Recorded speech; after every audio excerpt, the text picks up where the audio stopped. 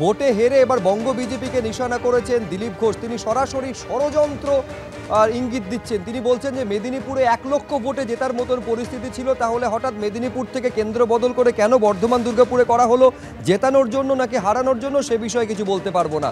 হতেই পারে ষড়যন্ত্র হয়েছে। ঠিক কি বলেছেন দিলীপ ঘোষ আপনাদের সামনে রাখবো, এবং কল্যাণ বন্দ্যোপাধ্যায় দিলীপ ঘোষের এই মন্তব্যের প্রেক্ষিতে তিনিই বা কি বললেন, পরপর দুটো বক্তব্য আপনাদের সামনে।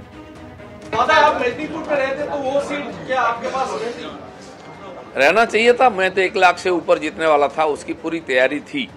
वहाँ के कार्यकर्ता दूसरे पार्टी के लोग भी मानते थे, तो पार्टी ने जो निर्णय लिया उसको मानते हुए मैं आगे गया।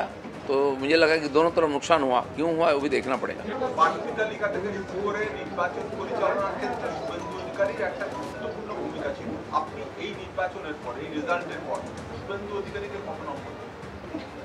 আমি কাউকে নম্বর দেওয়ার জন্য বসে নেই, আমি পরীক্ষায় ফেল করেছি এটা বলতে পারি।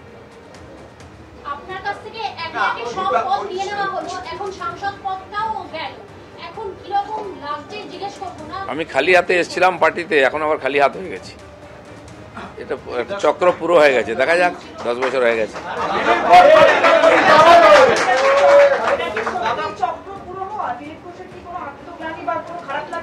না, আমি জিততে পারিনি, এটা তো আমার আত্মগ্লানি আছে। পার্টি আমার উপর ভরসা করে এখন সিট দিয়েছিল, হারাবার জন্য কি জিতাবার জন্য সেটা আমি জানি না, কিন্তু আমি তো জিততে পারিনি।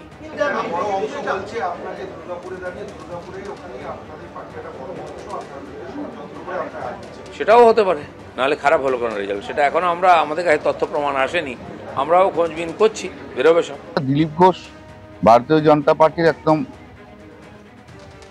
শক্ত রাজনৈতিক নেতা ছিল। দিলীপ ঘোষ কিন্তু বিজেপিটাকে পশ্চিমবাংলায় প্রতিষ্ঠিত করেছিল, কিন্তু দুর্ভাগ্যের ব্যাপার হচ্ছে যে ভারতীয় জনতা পার্টির সেন্ট্রাল পলিটিক্যাল লিডাররা দিলীপ ঘোষের কোনো সঠিক মূল্যায়ন করতে পারলো না, আর সঠিক মূল্যায়ন করতে পারলো না। আজকে দিলীপ ঘোষ যাই হোক হেরে গেছে, আমাদের লাভ হয়েছে, নিঃসন্দেহে লাভ হয়েছে।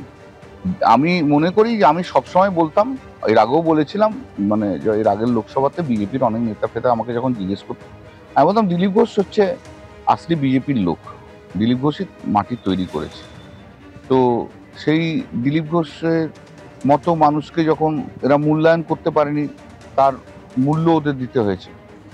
আর যাদের ওপর ভরসা করে আজকে ভারতীয় জনতা পার্টি চলছে, তাদেরকে ভরসা করে আমি নিশ্চিত যে দিলীপ ঘোষের মতো লোকেরা যখন সরে যাবে, আর যাদের উপর ভরসা করছে তারা যদি থাকে, আগামী 2026 সালে বিজেপি আর থাকবে না।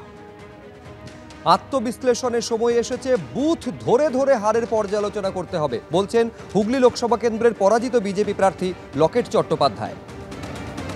সময় এসেছে আমাদের অনেক কিছু কারণ আমাদের আত্মবিশ্লেষণ করা উচিত, এবং যা ফল এসছে আমাদের মাথা পেতে নিতে হবে, এবং প্রত্যেকটা বুথ ধরে আমার মনে হয় কথা বলতে হবে, এবং অনেক কিছু জিনিস রয়েছে সেখানে, এটা আমাদের ঘরের মধ্যে অনেক কিছু থাকে, সেগুলো আমরা নিশ্চয়ই কথা বলবো।